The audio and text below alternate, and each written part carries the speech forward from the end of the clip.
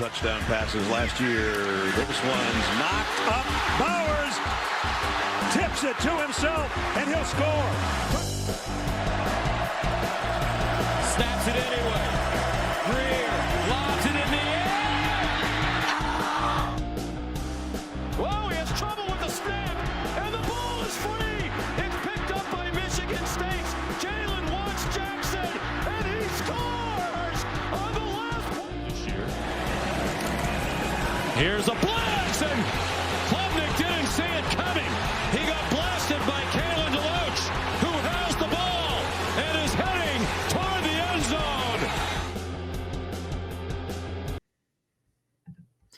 What is going on, everyone? It is episode 63 of College Football Talk. Yeah, it is. Excuse me. And we are here, not live, but recording from a wonderful nighttime view of Gainesville and Orlando, Florida. So we welcome you. Nonetheless, so we got a good show for you guys today. It's Coach's Report Card Day. It's our second annual one. We did one last year after the season, so we're doing another one this year. We have our top 10 coaches as of right now. Yep. Post Harbaugh, post Saban, like the big boys. So our top 10 coaches list. And with the Super Bowl coming up, we got our Super Bowl predictions. So we're going to give you guys our thoughts on who might be bringing home the Lombardi trophies. Without further ado, make sure you guys are subscribing to the podcast. Record views last episode, guys. We really do appreciate that. But 98% of you I checked are not subscribed. So let's make sure you guys are subscribing if you're not watching or if you're new. We love new subscribers, and we need you guys to subscribe because it'll help out the channel, helps out our content. And which means you guys get more content to watch. So, you guys are doing that. Nope, exactly. Yeah, you got it. But without further ado, though, we can hop right in. We'll get right into our coaches' report card because we got a bunch of them we're going to be talking about today. And I think we'll start with Kirby Smart, Dylan. What are you giving Kirby Smart final grade? I would give the season an A. I mean, it's a weird thing. It's like, I'd give it an A minus just because you lost the SEC championship game. I mean, you had an undefeated regular season. You lost in the SEC championship game, so you missed out on a chance to go to the playoff. But for a view of the season, you didn't lose a game all season. The only game you lost to was a top 5 team in Atlanta in an SEC championship game by 3 points.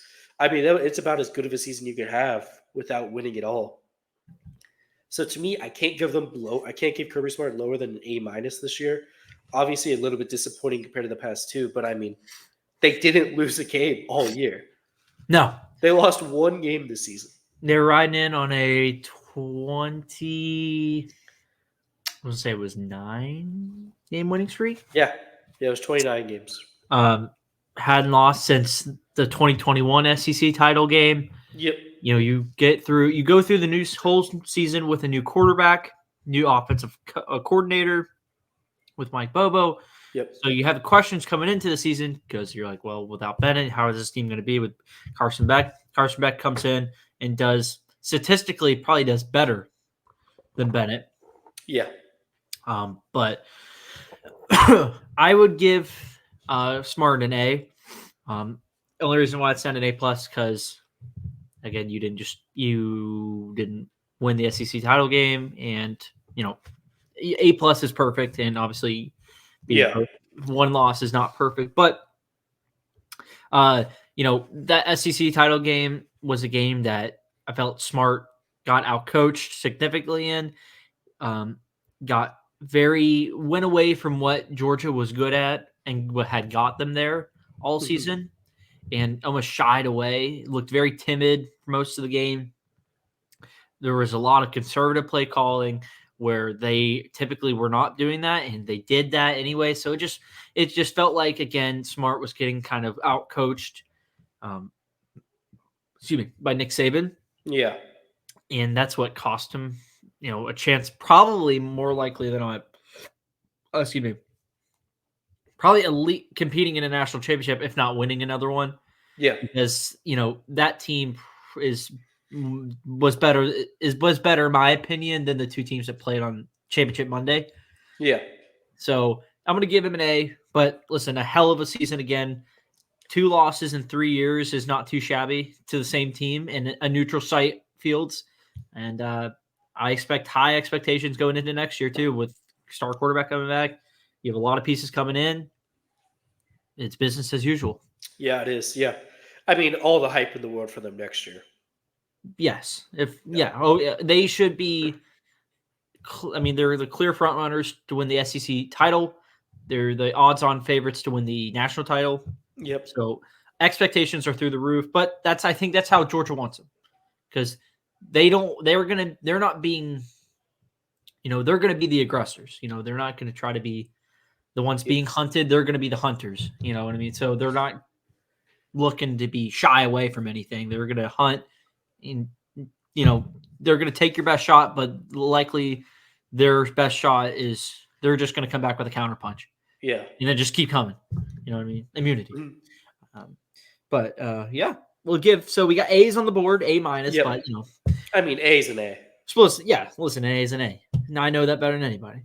We're going to be moving on. Ryan Day, Dylan, solo you out here, and we're going to give you your time to shine here. Thank you, Hunter. I would give Ryan Day a B- for this season.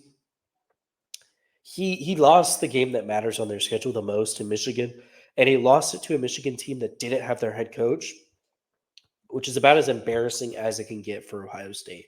I mean, at this point in time, that's just a brutal thing that can happen, because they lose that game, they don't go to the playoff, they don't go to the Big Ten championship for 3 years straight, and then they turn around and they get beat by Missouri in the bowl game. It's just all around a bad end of the year for Ryan Day and his Buckeyes. I mean, for most of the season, I think they were an all right team. It's just that last end of the year, they just fell apart. And they had a couple times this year where they just didn't look great either. So, I mean, the highest I can give them is a B. I'm going to go with a B too. Excuse me. I like all the points you made. You failed expectations. Yeah. Expectations are winning a national title, but beating your most hated rival first and foremost, winning the Big Ten, competing for championships, and you failed to do all three. Yeah. Not only that, you lost in the bowl game. I understand a lot of your guys were out in that bowl game, but again, it was Missouri. Missouri had a really good season. I'm not going to take away any of that. Missouri is a hell of a ball club this season. But to put on that performance was kind of lackluster. The score was 14-3, I think was the final. Something silly like that. Just lackluster performance out of Ohio State in there. But, I'm not going to knack them for that, because, again, with the bowl opt-outs just bowl all over the board. This year, it was opt-outs were insane. I mean, NFL and college was just, no real craziness happened. Yeah. If you ever if people watch both sports, just a lot of chalk, felt like. Yeah. There was never much everything kind of that was expected almost happened. There was a couple instances where that didn't happen, but for the most part, all the heavy hitters were there till the very end, and nothing ever happened. All the upsets that we thought might happen never did. But as far as Ohio State goes,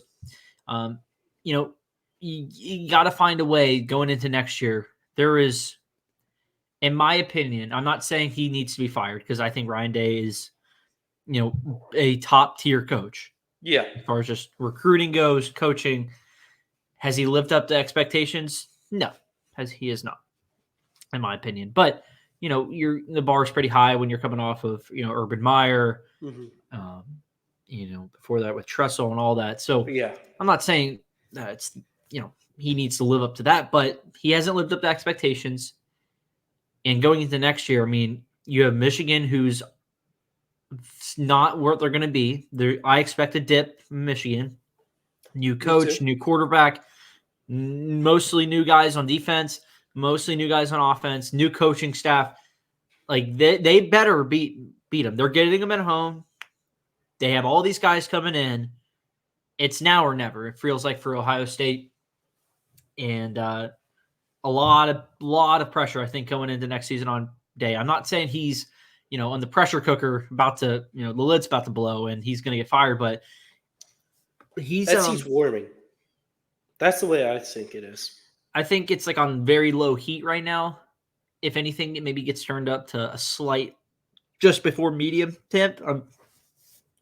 But I don't know. I think if they lose to Michigan for the Ohio this year wasn't as bad as the last 2 years, and granted they may not have. Well, it's because Michigan may not have been cheating or not, but that's not the point. Point is, Ohio State had the ball down in the last drive and was driving, and right, and if Fudge, what's his name, quarterback doesn't get under pressure and just kind of throws one off his back foot, it gets picked off. If he's able to have a clean pocket and hits Marvin Harrison, let's say in stride, like who knows, they may win that game. So yeah, I'm not saying it wasn't as bad as the last 2 years when they just got beat up front and stuff like that, but there were missed opportunities. And, now, you got to unload the clip and keep rolling here. But B's across the board for Mr. Ryan Day. Oh, yeah. I got to, 1 second real quick. Who was that guy? Kyle McCord. Oh, yeah, Kyle McCord. Okay. I had to look that up. Apologize for that. I was so confused you were talking about there. I was like, what? What are you looking up? Kyle McCord, yeah. Here we go. All right, so our next guy is Dan Lanning of Oregon. Turns down the Alabama job. Says he was really never interested in it. I don't know how true that was, but I don't believe that. But listen, nonetheless, though, turned it down. Great recruiting, staying at Oregon. That video he comes out with is all time. And I'll go first here. I'm going to give him a B+. B+ only because, you failed to beat Washington twice in 2 big-time moments. I'll give you the one on the road where, to be fair, if you just hit one of those 4th downs, probably if you hit the 4th down at the end of the game, you win the game. So, I'm not going to knock that. But the game that, the Oregon game, you come in as a double-digit favorite in some books, some sports books. So, and you go in and lackluster it and kind of can't finish it at the end. Expectations weren't met there. I feel like for Oregon, where they're at right now is they're just building momentum up. But I like what they've done in the transfer portal. I like what they did this year. Bo Nix goes out and balls out. You have the explosive offense, really good defense, one of the most physical defenses we've seen from a Pac-12 team, I think, in a while. Yeah, absolutely. And so, I really like where they are. And now you got going into next year, you have, Dylan Gabriel, you got Evan Stewart, you have Jabbar Muhammad coming in from A&M, Washington. You have Dante Moore, UCLA quarterback. So a lot of good stuff. Those are just the notable guys. Like there's some other pieces in there that are kind of going under the radar here, but like what Lanning's building. But as far as this year goes, B+. Really, I think expectation-wise, I think he met them all. Yeah. But just failing to, you were a game away from the playoffs, and maybe depending on how the rest of the dominoes would have fallen. But really good season. I think if he would have split with Washington at some point, it would have got an A. But for me, B+. No, I think that's a pretty good. I'm going to go A just because I always have to remember that this is just his 2nd season at Oregon. You know what I mean? So he's still in the middle of building his program into what he wants it to be. And we had a serious discussion up until the final weeks of the season that Oregon was a potential playoff team and a national title contender. So I can't put him outside of A. I would give him an A- just because of those 2 Washington games. But then, they do what they have to do. They go into the bowl game, they kill Liberty, and they had more guys opt out than Liberty did. That was an embarrassment of a game. Yeah. That was embarrassing. That was just bowl season this year, though. Yeah. There's that. That's what happens when you have opt-outs like that. Yeah. When you come in with a depleted team like that, which team wants it more at that point? But that's just kind of like the new reality with how the playoff is going. because nobody cares about these bowl games. That's not. Yeah. I mean, we like them. I like watching more I like games, watching the bowl better. games. But if you're trying to just maybe break it down from an actual like entertainment standpoint, I mean, most if of I the was a teams- player, I get it. What's the value in me? yeah, Like, putting and my that's body just on the kind risk of for. well, that's just the culture these days. Yeah. You wouldn't see that 10, 15, 20 years from earlier down before, but with today's just how it's the playoff or bust for the most part, and how these guys are the kind of money these guys can see in the NFL. They Yeah. don't want to risk anything, which I don't blame them. But you would like to see teams more fairly put out a more fair playing field for both sides, I'd say. But landing good season, and expect nothing but I playoff. expect improvement next year. Yeah, I mean we haven't done our Big 12. Well, we won't do our Big 10 predictions yet. That'll be closer to the season, who we think's going to win and everything. But I mean, Oregon's got to be up there. It feels like. Yeah. No, I absolutely agree with you there. All right, moving on. Mike Norvell, the Florida State Seminoles head coach, leading the Noles to an undefeated regular season and ACC championships. Goes in, loses by 60 to finish the year to a bloodthirsty Georgia team. Yeah. That didn't want to leave any doubt to anybody that they still think that they're the top dogs. Yeah. But Florida State went into that game very depleted. Georgia did it as well. I'm not going to say that, but that'll be a different discussion. But nonetheless, though, a really good season for Norvell. I'm going to give him an A. I'm going to give him an A+. Only because, but no, check that. I'm going to give him an A. I would have liked to have seen, if I would have seen some more players opt in to almost like that finish what we started kind of buy-in Yeah. to that bowl game, even if it was just a few more, like a few of your starting guys that warmed up and practiced all week and then just chose not to play. Would have liked to see a couple more. If that was the case, A+, because nobody wants to see you lose by 60, Yeah. no matter who you are. So just that. If we're going outside of that, I would have given him an A+, but just because I got to factor that in, he's going to get an A. I know it was out of their control, and they did everything they needed to do. They met the criteria. First Power 5 team not to get into the playoff as a undefeated champ. Didn't this year, just kind of how the cookie crumbles, I feel like. Yeah. And bad circumstances kind of all just changed all the complexion of how we usually viewed the playoff. But not going to take that doesn't take anything away from how Norvell and that team did this year. It'll be interesting to see going into next year. You lose all of those guys. Now you got a new wave of guys coming in here. Yeah. Do you think Florida State becomes this team? Before I'm going to ask you this, and then you can go into your grading. Do you think they kind of become this team, kind of like how Ole Miss is?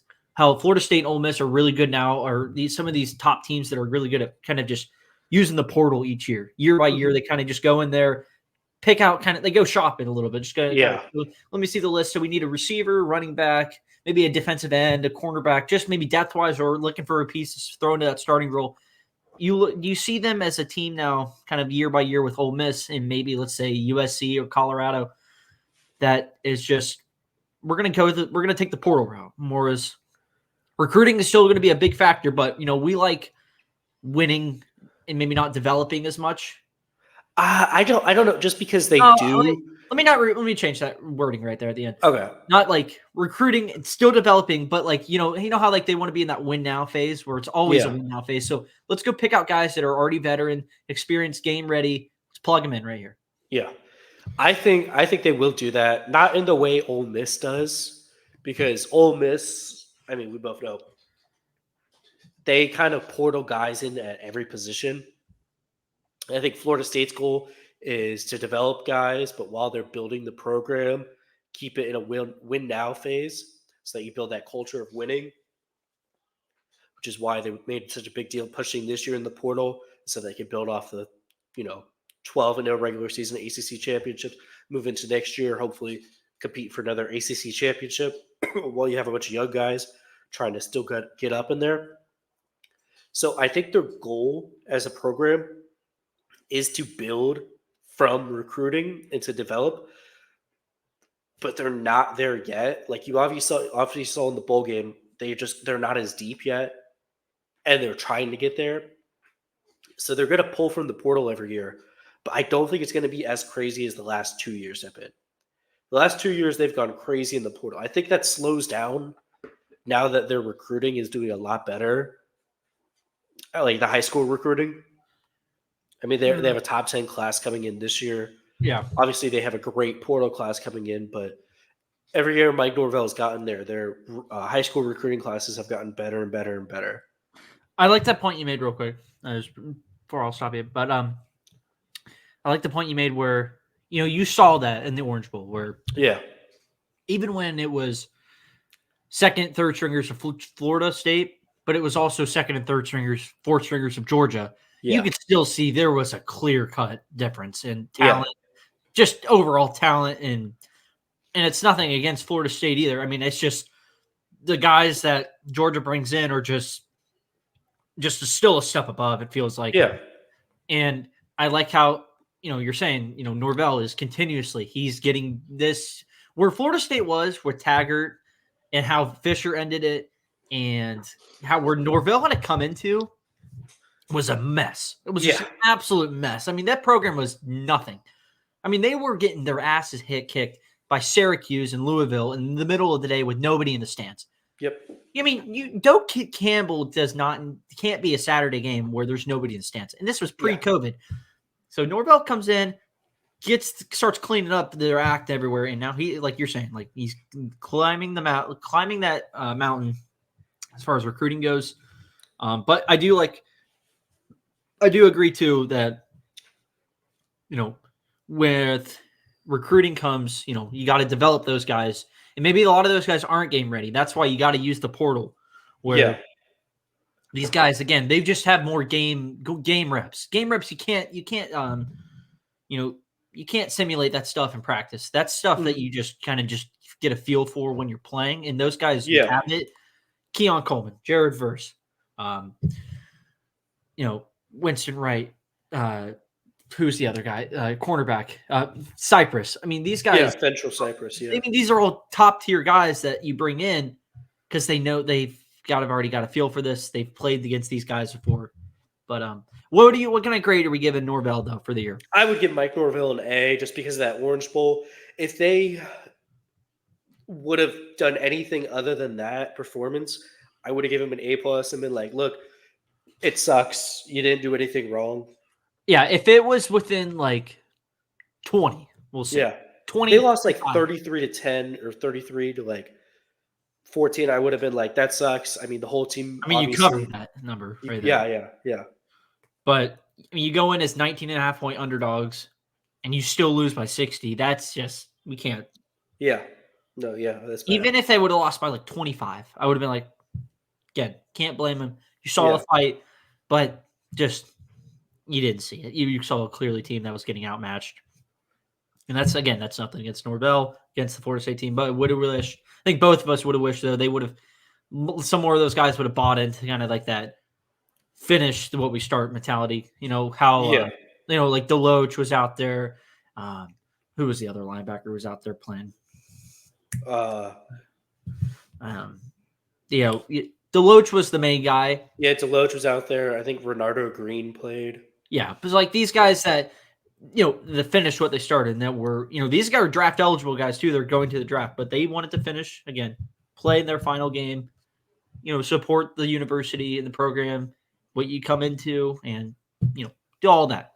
But I like where Norvell's going. I think they're the clear-cut ACC number one team right now going into next year. I expect them to compete for the ACC title game again next year. We'll see how Clemson pans out. But, Norvell is B. Or not B, A. Yeah, A. All right. That'd be crazy. Get a B for a undefeated ACC championship. Just didn't like it, actually. I just changed my mind out of nowhere. All right, moving on now. Nick Saban. No, he is new. Now he is retired football coach Nick Saban and newly hired ESPN analyst. which means thank God they can get rid of Corso. I mean, that's been long due. Let's get rid of Corso. I don't think they're ever getting rid of him yet. I think they're going to start weaning him off the stage a little bit more until he's out of the picture.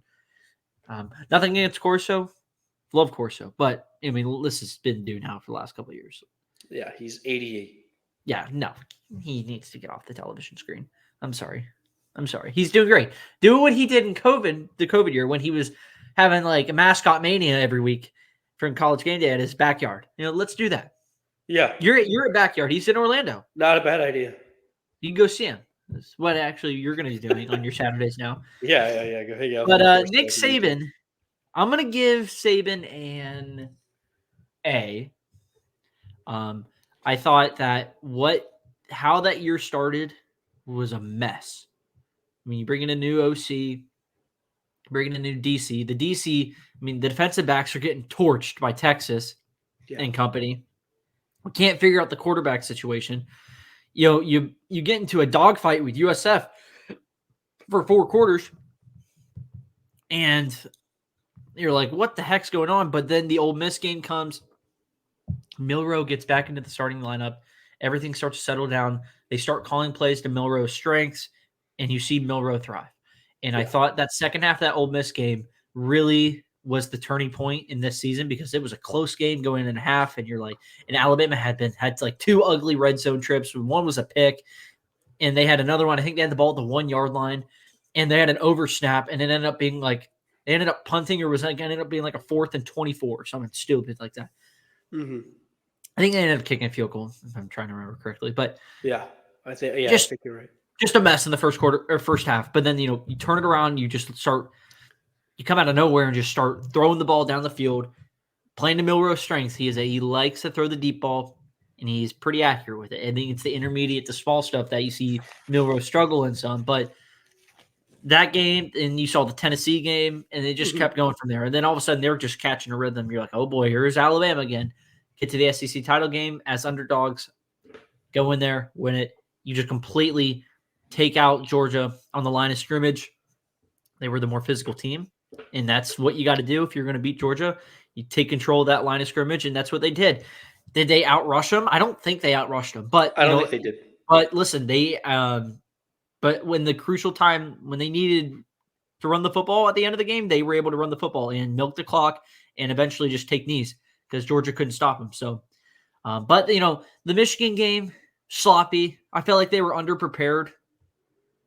I mean, I think it was just weird that game. Milroe, I think, got sacked 5 times. 5 times in the entire game. I think he got sacked 3 times in the first half. Just it felt like they were not being able to. They weren't picking the in-game decisions, and management wasn't good. Mm-hmm. I believe he got hurried like 10 times. Yeah, they obviously weren't doing a good job at picking up the blitz. Milroe has you can't, I mean, this is not in the coaching here, but the Milroe has the costly interception or fumble in the 4th quarter. But, it just felt like you lost to a team that you had no business, I feel like, losing to. And, but again, credit to Michigan. They came out, showed up, and physical them at the end of the game. But enjoy retirement. Overall career A+, but for this year, he's going to get an A on let's give a review on the whole career. Yeah, right. We're going to start back in the year 15 BC when he first started making play calls. No, just season. What are you giving him? I mean, I'm going to give him an A. I mean, the only thing I have is that that loss to Texas and Michigan are really, really bad. Losing at home to Texas. That the home loss to Texas was just embarrassing. Yeah, I mean it's incredible how Nick Saban got outcoached at home. Well, that's Sarkisian. I mean, it's funny if you went back and watched that and watched how Milroe it was then to what he is to finish the year. Completely different quarterback. I mean, every play, if his first read wasn't there, it was immediately start scrambling. And then he threw 2 really bad picks, and they were just locking on. Yeah, it'd be like if I'm just staring at you and I threw you the football, you expect you to catch it. Yeah, and that's what Texas defenders were doing. And it's one of those things where it was also because, Nick Saban's bread and butter is defensive backs, and Alabama's They, defensive backs were terrible that game. they were bad, and credit to He was them. one to throw the ball deep. He was getting a completion every single time. Oh yeah, but listen, credit to him and Kevin Steele for figuring it out towards the end of the year Yeah. because they were able to. And credit again, Georgia. Bowers and McConkey come in nowhere near 100%, not even probably like 80%. But you're able to shut them down and really limit Beck throughout most of the game. And there were a couple. They probably should have picked Carson Beck off 3 times probably that game. Yeah. They didn't throw. He ended up not throwing a pick, but there were a couple times where it's like, how did you drop that? And credit like Terry and Arnold came in, or not Trey Amos came in. He's now at Ole Miss, I believe. He comes in off the bench, and it's like he gets put 1-on-1 with, I believe it was Bowers, and he just locks him down. And listen, but it's funny, like half those guys are now gone now. Yeah. Going to the draft or just transferred out. But I give credit to them, and I think you want to say that, but credit to that defensive backs group with Saban and the whole gang, figuring it out. Yeah, no, absolutely. Absolutely. Like I said, it's an A. A is not bad. No, an A is an A again. Like what he said, A is an A. All right, moving on. Kalen DeBoer. Kalen DeBoer. I personally would give Kalen DeBoer's season an A+. Alrighty. I mean, he had an undefeated regular season, Pac-12 championship, beat your rival twice, and took a team that wasn't even in the conversation preseason to the national championship. Obviously, they came up short because, they just were not as talented.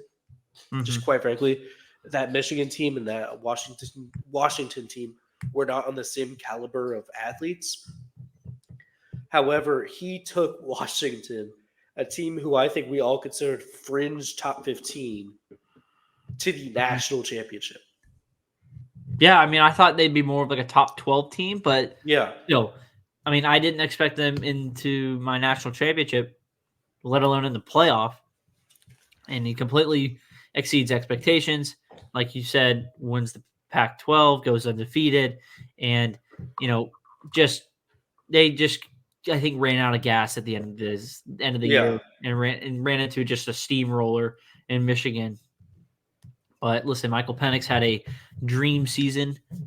All those guys are now transferred out or going to the draft. So, Washington's going to have a fresh, new, clean slate. 20 of their 22 starters are not going to be there next year, which is crazy. I mean, Jed Fish That's the sport, though. I mean, to an extent, you lose a couple guys. 20 of 22 starters. We're gone. That doesn't happen. No. So Jed Fish is going to have a rough time. But he's going to have his players in, I guess. So, there's that. But for DeBoer, I give him an A+ too. I don't like how it ended for him in Washington. I just felt like maybe that could have gone a little better as far as like leaving out in terms wise, but yeah, I don't think he really cares that much. But as far as he got that Alabama job. But as far as the end season goes, he goes, wins the tight games. All the games that we thought they were going to lose, he won. They won. I mean, they embraced like that underdog role, like that disrespect us role. We're going to show you, and they did that. And I give credit to them. And you probably won't see a Washington season like that for quite a while. Yeah, I don't think you'll see another Washington season like that for the next decade. No. All right, moving on. Dabo Swinney, Clemson. I give him a C. C. I think we expected a lot more from Clemson this year. I did a little bit. I mean, they were ranked to start the season in the top 10. Ew. They proceeded to finish the season. I think they were ranked 22 by luck. I'm going to look at their record again real quick. But they went 9-4. Yeah. I believe, what was their over-under? 10?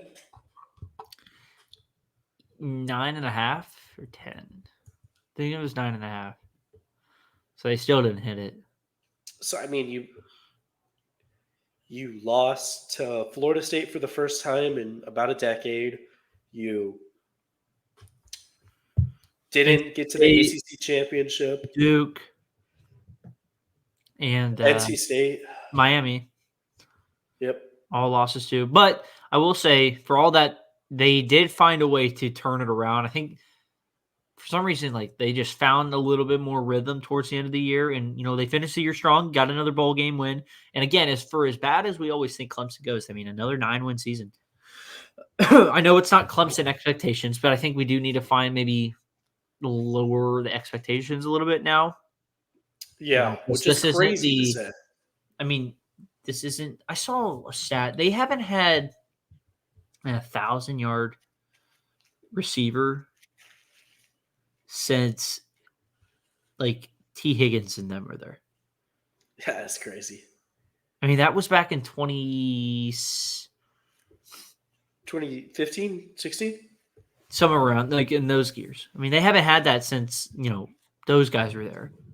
So they lack weapons. Again, this is because Sweeney just doesn't like to use the portal, which is, at this point, you're honestly just hurting your own university in your program because you're not embracing what is like, it's literally a cheat code to just improve your team. A cheat code. And the fact that he doesn't want to, he's like the guy that just doesn't want to he wants to follow. He's the guy at the game night that's like, hold on. Let me check the rules. Make sure that's good to use. Like he's not a rule breaker.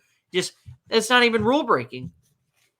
But it's like, if everyone's doing it, and I know you don't do that. The old saying, if he jumps off a mountain, you're going to jump off with him. But it's like, if all of your other opponents are using it, why aren't you using it, bud? Yeah, it just doesn't make sense to me at all. No, it doesn't make sense. It's just you're being stubborn at that point. I'm going to give him a C+. I thought how the year started to where it finished is what's going to give him that plus. Still finishes with 9 wins, gain a little momentum. I think they finally figured out something with Riley and the OC with Klubnik and company. They're going to have a new running back next year because Will Shipley will finally not be there anymore. He's been there for like 10 years. That's what it felt like, yeah. Shipley's gone, but Klubnik's back for another year, another full-time year of him being the starter. But listen, it doesn't get any easier starting next year. You get Florida State, you get Georgia to start the year. Again, but that's what you sign up for, I guess, if you're Clemson. But the refusal to use the portal is really hurting him. It hurt him this year. It's hurt him last year. And it's probably going to continue to hurt them. And they won't sniff a playoff spot until they figure something out there. Personally, that's my opinion. I think you're absolutely right. I mean, now with the expanded playoff, you never know. I mean, but does a 3-loss Clemson in the ACC even sniff a top 12 spot? I don't know. I guess it's the future we'll see, though, right? Because odds are, the teams you're playing aren't going to be playoff, resume real stackers. Let's be honest with ourselves. Boston College and Virginia Tech and, What about a 2-loss Clemson? 2-loss Clemson, I think, has a good shot. Let's hypothetically a 2-loss Clemson that doesn't get to go to the ACC championship. It probably just depends on who they lost to, and if it's just to Florida State and Georgia, and they just steamroll everyone else, I think they get put in. But it'll be interesting to see how everyone else stacks up. Because personally, I would take a 2-loss. Would you take a 2-loss Bama team that loses to, let's say, Auburn and Georgia? Or do you take a 2-loss Clemson team that lost to Florida State and Georgia? I guess that's where you're splitting hairs because technically, I think that would mean Clemson would have better losses. This is all hypothetical too. Yeah, we're splitting hairs here, but I mean, really, you're saying that they both lost to a Georgia team who hypothetically would probably be number 1 in the country, and we'd be comparing Auburn to Florida State. In which loss is worse? Well, Auburn's a wild card. Yeah. But if we're being honest here, I still think best case scenario for Auburn is they're like an 8-win team, right? Yeah. So like, I still think that Florida State loss would look better. Yeah. So I would imagine in this hypothetical scenario, Clemson would have a slightly better resume. Yeah. Because I don't think Alabama would have another good, especially since that would be their last game of the season. More likely than not. Yeah. I got to look back at Bama's schedule, but I was just, I know they They'll play play Auburn Missouri. last, though. They'll play Well, I mean, Auburn let's last. say they lost to, Auburn and Missouri, and, do you put them in? Yeah, I guess that's where, like I said, we're splitting hairs. Yeah. Because those are just two very, yeah. All right, moving on. Lane Kiffin. We're gonna let's go start doing more rapid fire here. Yep. Lane Kiffin. I'm gonna go with an A. I mean, yeah, I'll go with A also. Maybe A minus. First time. Well, I'm gonna go A because first time, first 11-win season in program history. That comes after 2 years ago when he got the program to their first 10-win season. Mm-hmm. Only losses come to Georgia and Alabama. You win the bowl game. Yep. You Penn State in the Peach Bowl. You beat teams like you beat LSU. You beat Texas A&M. Did they didn't play Tennessee? No, they played. They beat Auburn. You beat. There was one other team that was good, but nonetheless, though, Lane Kiffin. I think you're starting to see. What this kind of He's building that program out. Correct. And now you have second year with the DC who has just done work in the portal. I'm going to look up this guy because I can't remember. Pete Golding. Second year now with Pete Golding, who's he's been an animal in the transfer portal, picking up guys like Walter Nolan, Princely Umiyamalin, something like that. Can't remember. Yeah, Out of Florida. Florida kid, yeah. Some other guys too. In general, though, you get guys like Juice Wells from South Carolina. You lose Quinshon Judkins, but I still don't think that was a make or break. You keep guys like Trey Harris and Jackson Dart, so they should be a perennial team going into next year. I expect them to be a full force going into next year. But as far as this year goes, it's an A. I love what they did, but not being able to really compete at any sort of 4-quarter level with Bama and Georgia is what knocked them from that A+ spot because you've had Bama in the first half, you had Georgia, you were going back and forth to Georgia for about the first 2.5 drives or so, and then it just kind of fell down from the waist, and both games ended up being blowouts. So if Kiffin can finally get over that hump going into next year, I like them a lot more. But yeah, A for me. Yeah, and I think it's really reasonable. I'd give Kiffin an A minus just because when they played against Georgia and Alabama, at times it looked really uncompetitive. Yeah. That's the only thing that really strikes them on my points. But no, I absolutely agree with you. Great year. All right, moving on. Brian Kelly. I would probably give Brian Kelly a B minus. Pretty disappointing year for what was expected out of LSU. Yeah. They got blown out by Florida State. They got a big time loss to Ole Miss. They lost to Alabama. I mean, it was just kind of disappointing for what we expected. I mean, throwback to the beginning of the season, a lot of people were going that they were playoff contenders. Yeah. And by week 6, we were talking about, no, they don't have a chance. Like, that's just, it's a crazy thing, but here we are. I would give them a B+. You had the Heisman winning quarterback on your roster. Offense was explosive. If the defense could learn how to play defense for the first 3 quarters of the season, they're probably a playoff team. Yeah. They started figuring something out towards the end of the year. Still wasn't good. They ended up firing the DC after the bowl game. But, you beat Ole Miss at Ole Miss. And, you if Jaden Daniels doesn't get hurt against Bama, it's probably a closer game. But outside of the, you look at the Florida State, the Bama, and the Ole Miss game. Common theme with all of them, over 40 points in all of them. You Yeah. get 55 to Ole Miss. They scored 49 points and lost a game. That can't happen in general. I think I said that after our recap episode after that game. You can't They gave up 21 points in the first and fourth quarter. They gave up, I don't know if you have the stats pulled up for that game. I was just looking at it real quick. Yeah, what's up? They gave up, how many yards did they give up in total?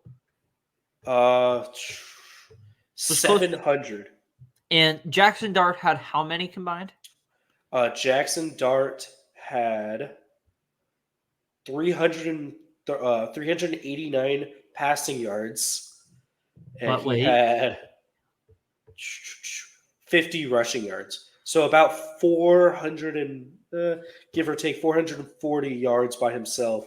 No turnovers, 5 total touchdowns. So there's that. So you're like, okay, maybe just, a lot of quarterbacks do that. Well, your quarterback had over 500 yards of total offense just by himself, and you lost. You can't be having that.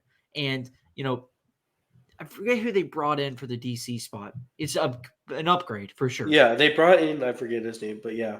Look that up for me.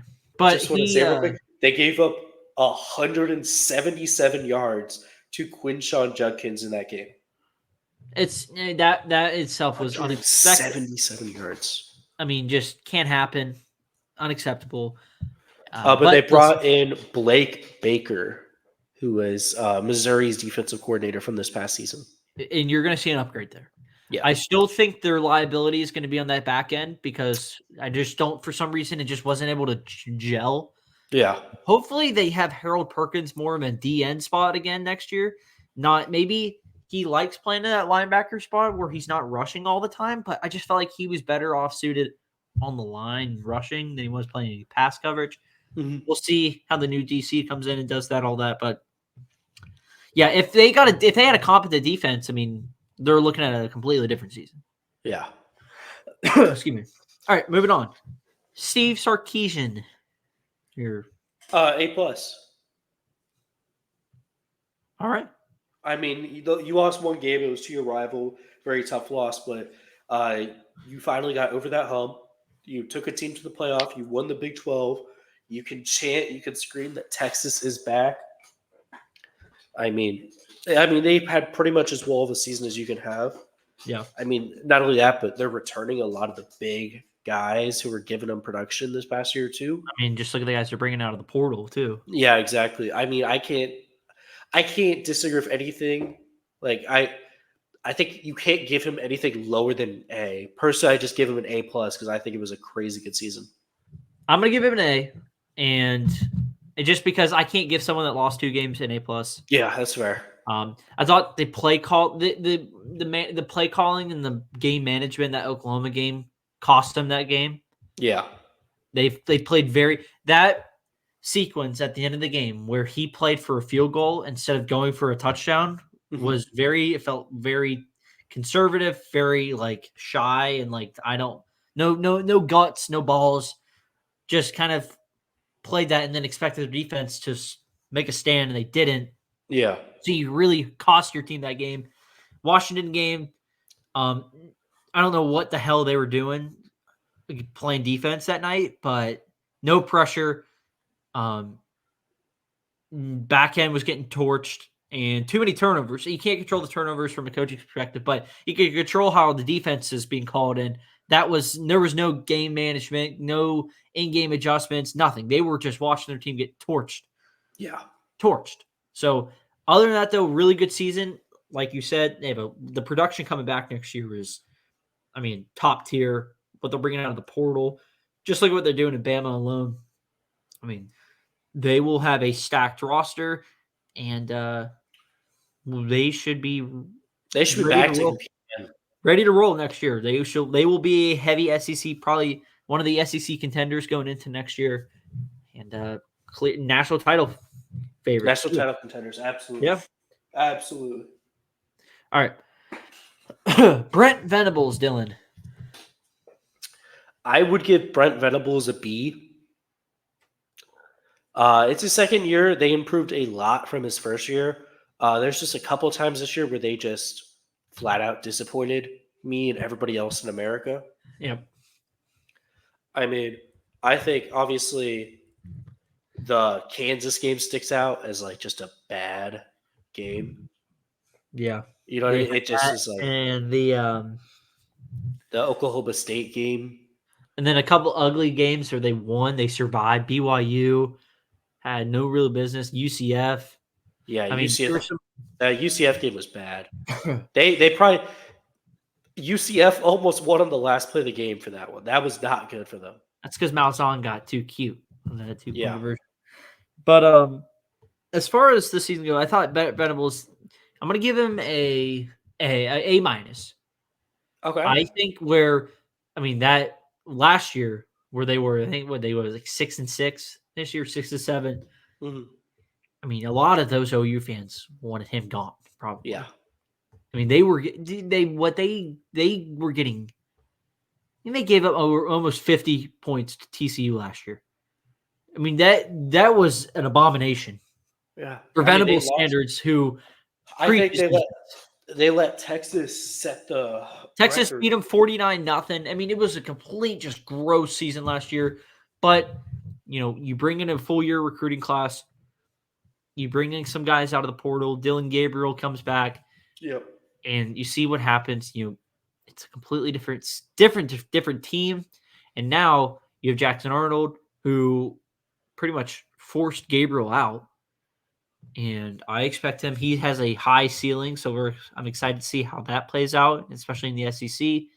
But I'm gonna give it an A minus just because 10-win season, and that's 4 games improvement than they were last year.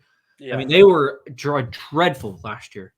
it was but- it was tough to watch them at times last year. But I think you saw a lot more buy-in this year, Yeah. and a lot of people thought were sky high on Oklahoma. But then you saw them kind of teeter. They spun a little bit after that Texas game. Yeah. I think they were able to kind of rewrite the ship a little bit toward down the stretch, but kind of hurt them. They cost themselves a spot back in the Big 12 title game. And but listen, I think they're going to be a solid contender for the SEC. I don't think they'll win it this year, but they'll be a good contender. Yeah, I think so too. They could be a team I feel like could be a backdoor playoff team. I think that's a very realistic possibility. They could win 9-10 games to sneak their way into like the 11th seed. What kind of grade are you giving them? Did you already? I said a B. Okay, sweet. Yeah. All right, moving on. We're gonna go rapid fire here. Unless Okay. stop and say something if you want, though. Be my guest. Neil Brown, West Virginia. A. I'm gonna give him an A. I mean, I'm gonna just quickly say his seat couldn't have been any hotter. I mean, they were begging him to be fired, Yeah. and he goes out and is a Hail Mary blunder away from winning 10 games. I mean, now you come back next year. Garrett Green's back. You have some guys that are also returning. A little momentum for the Mountaineers. I mean, Yeah, no, it was a good. they good have year to for be a them. top team going into the Big 12 next year. I mean, they finished 4th in the Big 12 last year. I think it's them, Arizona, Utah, and Kansas State right now. Yeah. And maybe Oklahoma State. I think those 5 right now are the 5 teams that will be jockeying for something. Kansas may be on the outside looking in, but I think those 5 from where they ended the year, I like those 5. Okay. You give him an A. I gave him an A. We're gonna roll. Mario Cristobal. B minus. Okay. He had ups and downs all year, so it's like a weird because like there's times like that Georgia Tech game was an abomination. That's an F minus. That's an F minus game, but then he turns around and he beats Clemson. Yeah. Well, actually, they turned around, lost to North Carolina, and then beat Clemson. Then beat Clemson. But you get what I'm saying. Like there was moments that year where they looked horrible and then they turned around and looked good. I would give it a B minus just because they also turned around and gave it a pretty good recruiting class. So I got to give them the props there. I'm gonna say a B. 2 gave improvement from last year. Yep. You're playing with a bunch of young guys, a lot of freshmen and young sophomores playing. So, those guys are only going to get better next year. Yep. You get an upgraded quarterback now going into the next year with Cam Ward. I like where the program Chris Bell's building, but I think we need to see 9 wins next year. Yeah. 9 wins has got to be the absolutely agree. And I think, the ACC is a good spot where he is, to where I think, no excuses. No excuses. I think it's very realistic. I think they shouldn't have any excuses. No. All right. We're gonna go Lincoln Riley. I'll start. I'm gonna say a C minus. Okay. I would say a D. I'm gonna say C minus. Just inexplicable. The defense. I mean, the best thing he probably did all year was fire the DC. Yeah. You wasted away the possible number 1 overall pick, and didn't have any adjustments, anything to stop it. I mean, just you completely said, "Hey, Caleb, go win us a game every Saturday." Yeah. Which is not possible for any team. I don't care who you are, but I do like where the end of the year Miller Moss comes in and just completely puts 6 touchdowns up on Louisville, who was the ACC runner-up. Yeah. So I like where they're going. It'll be interesting to see how physical and good they are defensively going into the Big Ten next year. I see them as a bottom-tier team in the Big Ten, maybe upper middle of the pack, but bottomish tiers. Mm-hmm. I just don't see them competing. I just don't think they're physical right now enough. Yeah. Built enough on the line of scrimmage, and I don't think they're going to be able to play good enough defense. I mean, I'll believe it when I see it, but for now, I'm going to give them a C minus. No, I think it's really fair. I just say D because of where we projected them and where they finished. Yeah. That's the only thing. I think it was just a blunder of a coaching job. All right, Josh Heupel, Tennessee. Give a C. Okay. I mean, he undersold. Well, that's underdeveloped his quarterback, Joe Milton. Where there was times this year where we thought he was good, and then we turned around with no, he's not good. So Joe Milton might have the best PR team. Did you see have you seen his Senior Bowl clips? I mean, that was. I don't know how this guy's draft eligible. I mean, this guy, he can't make a pass. I guarantee you, he probably gets drafted still. He will be a late round pick based off of what he's going to do at the combine. Yeah. Because they should just line him up at behind the field goal post on one side and make him throw it, and he will. He'll hit you in stride. So based off that, he'll get drafted. Someone's got to fix those mechanics of his or just kind of reset them a little bit. As far as the grading goes, I like a C2. Underachieved. Especially compared to the year before.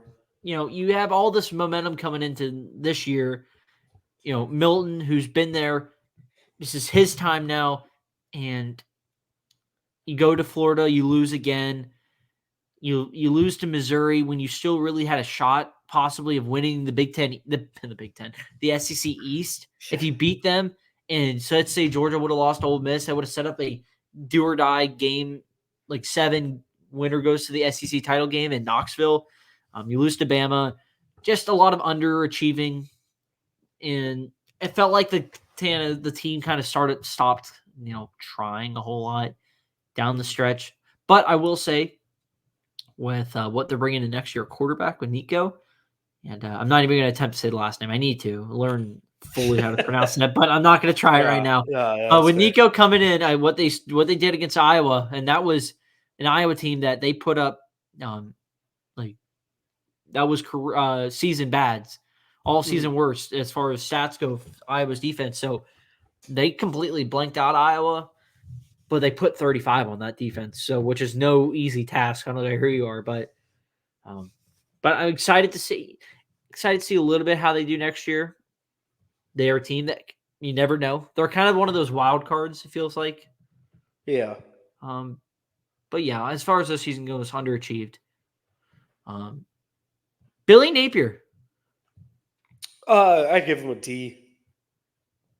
I mean, he went Yeah. 6-6 his first year, 5-7 his second year. 6-7. Bowl games do count. I mean, okay, 30-3 5, 6 and does 7, count. 5-7. Yeah. So his team just regressed. And it doesn't get any easier. Yeah, it's just going to get harder next year. I mean, I just disappointing. And I'm not even a fan. No, we are neutral fans, not just listen, Napier, I'm gonna give him a D-. That's fair. He just too many in-game inexcusable mistakes. Yeah. Coming from, special team blunders, offensive blunders, defensive miscues. I think the special teams ones alone cost them 2 games. That's what happens when you don't have a special teams coordinator. Idea it was to not hire a special teams coordinator. Thank God they got one now. Yeah. They do have one now, which is, I guess, good news if you're a Florida fan.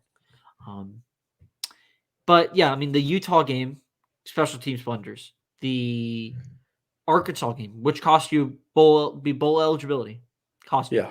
The defensive, I don't want to know where you start with defensively. I mean, LSU, Jaden Daniels alone,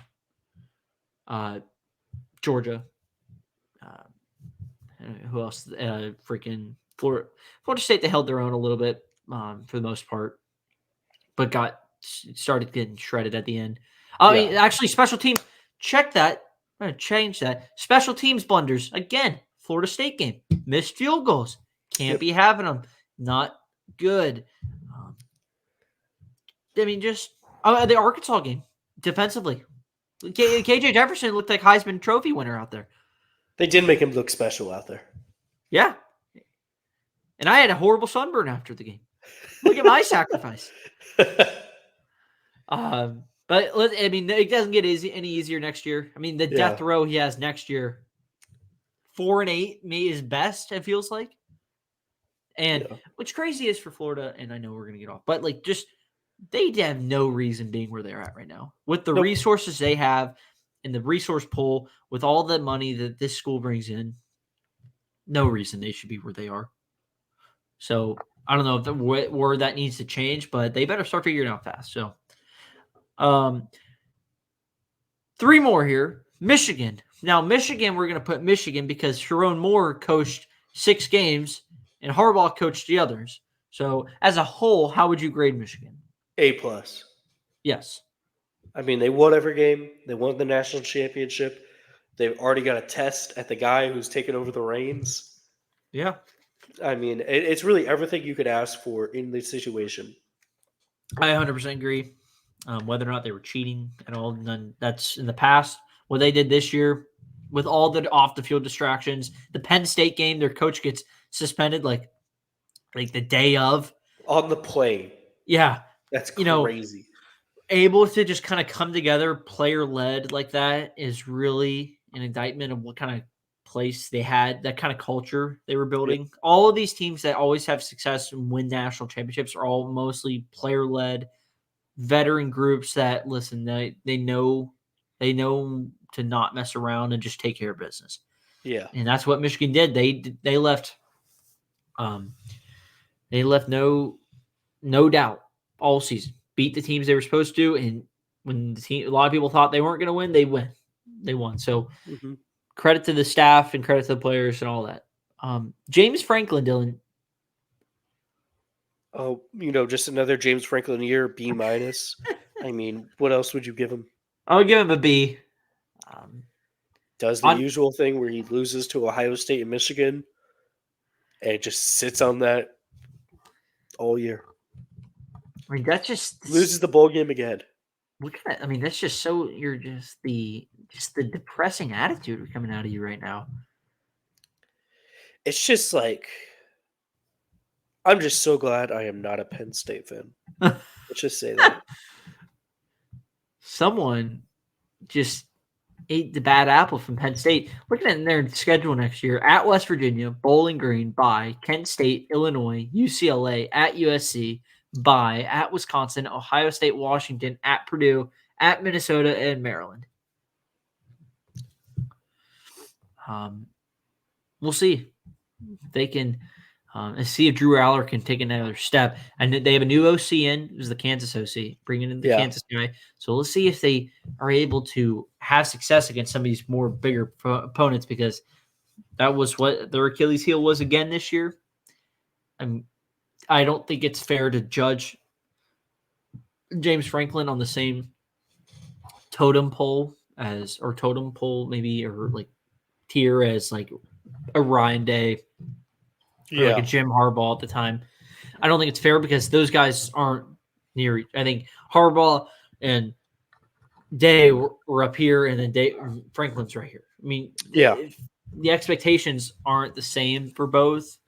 And but yeah, I'll be just another average season, and we'll see if anything gets better next year. Eli Drinkwitz, our final one here. A+. I'm gonna give him a. I mean, to me, he pretty much did the best season you could possibly do at the University of Missouri. Yes, because I don't think they have the resources to ever truly compete for a national championship. So they would have made the playoff this year. They would have made a playoff. Oh yeah, they would have been in the playoff. But they probably would have won a game too, I think. I just don't think that's a program that could ever truly win a national championship. Just because the resources, the enrollment, it just doesn't have what any of the national title contenders have. It's just probably harder to sell Missouri to an 18-year-old than it is to sell Miami or exactly South Carolina or maybe Clemson, Alabama, Georgia. Geographically, there's just not a ton of athletes coming out of Missouri. Yeah. So like for what he was able to do with this program, especially this year, especially the fact that going into this year, a lot of people thought he might get on the hot seat just because they've been doing a lot of 6 and 7s. That's pretty much been his time at Missouri, 6 and 6. But then 11-win season out of nowhere. Yeah, Drinkwitz definitely had a really good year this year. Their only losses came to Georgia and what was the other loss? Crap. Their other loss was look it up real quick. Yeah. Because they didn't play Bama. They beat Florida, they beat Tennessee, they beat South Carolina. They had 2 losses. Shoot. They beat Ohio State. They beat A&M. No, they didn't play A&M. Just give me 1 second. Did they play Ole Miss? They lost to LSU and Georgia. LSU, that's right. That was the LSU game. Forgot about that game. I even had money on that game. Anyway, that's not the point. The point is that Eli Drinkwitz had 11-win season, and we may not see that again next year. But I think you'll see a very competing and tough out in the Missouri Tigers. Yeah. All right. Those were coaches' report cards, season 2 edition. Well, year 2 edition, I guess. We haven't really got out of season 1 yet. Anyway, we're going to move on now to, I put 8 and I need to adjust it because we have top 10 coaches. Here we go. Perfect. All right. So our top 10 coaches right now, similar to what we did last week with our top 10 teams, we're going to do our top 10 coaches. I'm going to go through mine 10 through 1. And, or should we go 1 through 10? I think we should go 10 to 1. Okay, 10 to 1. And we'll go through them all. We'll each say ours. And then if we have any disagreements, we'll just speak about it real quick. Just to speed things up here. Yep. As that report cards went a little longer than I thought it would, but that's fine with me. All right, number 1. Or no, never mind. Number 10. I have Sharon Moore. I think that, what you saw him do in the biggest games of the regular season with Penn State and Ohio State, and even, is the OC. So, I still think that, he was able to win the big games and Players like him. I think he thrives as physical culture and a culture that follows Jim Harbaugh. So I think you're not going to see much of a drop off. I think maybe talent wise, you're going to see a little bit, but as far as like culture goes and all that, it's going to be the same stuff. That's why I like Sharon Moore there. Number 9, I have Brian Kelly. Number 8, Brent Venables. 7, Mike Norvell. Ryan Day at 6. Lane Kiffin 5. Kalen DeBoer 4. Dan Lanning 3. Steve Sarkisian 2. And Kirby Smart 1. Okay, interesting. Yes. I'll give you mine real quick. It's number 10, I have Dabo Sweeney. Number 9, I have Kyle Whittingham. Number 8, Mike Norvell. 7, Lane Kiffin. 6, Kalen DeBoer. 5, Ryan Day. 4, Dan Lanning. 3, Brian Kelly. 2, Steve Sarkisian. And number 1, Kirby Smart. Interesting. So why? I couldn't. I'll be honest with you, I forgot about Kyle Whittingham. Good pick. Do I think he's a top 10 coach right now? Maybe top 12. Outside looking in. I had Sharon Moore right on my Sharon Moore was right on that edge for me, but I was like, I need to see a little bit more before I could put him in the top 10 coaches. And I was like, Kyle Whittingham, he's just too, consistent. Yeah, I like your 10. Dabo. I don't really think he's a top 10 guy, but again, you're at 10. You're pretty much you're changing in and out there. Yeah, Whittingham, I'm fine with. Everyone else we had pretty much the same, just different order. Brian Kelly at 3. Any reason behind that? He just has he has won more games than anybody else near him. Okay, he's the winningest active coach that doesn't have a national title. He has won ever since he got to LSU. I think if when I was thinking about ranking guys without Nick Saban being here anymore, I was like, well, without Nick Saban, Brian Kelly probably has a national title in 2012. Well, I'll check you there because Georgia probably steamrolls them anyway there too. But in 2012, yeah, with Mark Richt, Aaron Murray slinging the gun. Oh, relax. Todd Gurley, Aaron Murray. Okay. Trust me. Ask anybody. The winner of that SEC title game was going to just steamroll Notre Dame, regardless. Okay. Well, anyways, he's one of the winningest coaches that doesn't have a national title at this level, and he's still winning every single year. Mm-hmm. My only reason I put him at 9 was because the defense, the defensive lacklusters I've seen the last couple of years, just being at LSU, even a little bit towards the back end at Notre Dame, just felt like it's cost him games. And that's why fair. I dropped him down a little bit. I just like the momentum that Venables is building. Norvell, all these other guys, I think we're seeing momentum, or at least at the top of their game right now. I feel like Kelly is still one of the top tier coaches, but I think he's just dropped a little bit from results oriented. SEC title game last year, yes, but gave up 50. Yeah. And back-to-back years of nine win regular seasons. So, losing games that you're probably not supposed to be losing. That's why I just think the other guys have more momentum going into next year, where Kelly is not falling, but, just kind of that back end to the top 10. That's fair. I mean, I liked what I saw. Listen, that's fine. When I was ranking. Those are our lists. Yeah. And that's our opinions. Some might be better than others. That's for people not named me and you to determine. But keeping it real here. All right, we're gonna finish off here with our Super Bowl predictions. Super Bowl Sunday this Sunday. I know we don't really talk about NFL, but with the Super Bowl coming up and nothing really else going on, let's give our predictions. Dylan, who do you like winning this week? Kansas City Chiefs, 49ers, and Las Vegas Niners are a 2-point favorite.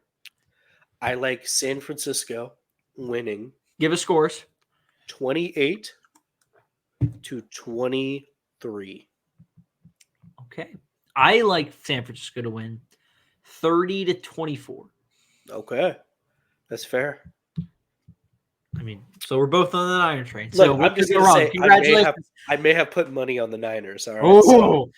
I have a there's a side bet a coworker of mine did, Yeah. and he is so convinced. He had like a lucid dream or whatever you want to call him, that like a vision while he was sleeping. He says that the final score is the Chiefs 27, Niners 14. He was so confident that he placed a $10 wager with me.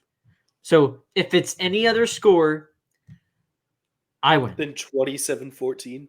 If it's 27-17, I win. If it's 28-14, I win. If it's anything else other than 27-14, I win money. So, I mean, I said, how much do you want to do? Obviously, that will not be determined right now, but at least on here. I just think it'd be really funny if the Chiefs did win, and the corniest thing ever happens where Taylor Swift gets on the field and slaps Travis Kelce. It was like, that's for almost losing. And it kisses him and says, that's for winning it all. There you go. What a I think I might literally be like, oh my God, I'm done. I can't watch this sport anymore. Just start barfing everywhere. I don't have a problem with being at the games. I'm just saying if it gets that corny, I'm going to be like, I can't do it. I can't do it. No, nobody can. Too much. Yeah. They should. I bet you there's a bet out there. Prop bet. How many times it cuts to Taylor Swift? Yeah. Oh, there has to be. There has to be. There's no way that's not. I mean, the over under on that would have to be like 4.5, probably. Yeah. So, I mean, you take the over. Take the over there. But that's about as far as for 8. I'd probably still take the over. I don't know about 8, but I'd do anything more than 4, maybe a little 4, more than 4, less than 6. So we'll say 5. Oh, let's give it. Well, that's all we have here tonight. Not a whole lot on the rundown, but good stuff nonetheless with report cards, top 10 coaches, and our Super Bowl predictions. So we'll be back next week, guys. Make sure you guys are subscribing. Like I said, 98% of you guys that watched the last episode weren't subscribed. Make sure you guys are subscribing. Like I said previously, it helps us out, helps get more content out, and it helps you out because you get to watch and like more of our content. Yeah. So we need you guys to hit that big red button or to subscribe, and there you go. It's free. It takes less than a second. You just hit that button and you're good. And if you don't have a Gmail account, make one because no excuse. It takes just a couple minutes, I swear. Yeah. Listen, all the real ones out there have at least have Gmail and they're subscribed. Gmail accounts, okay? Because you got more subscribers that way. No, I'm just teasing. But make sure you guys subscribed. We'll be back next week. College football talk. Peace out. See you guys.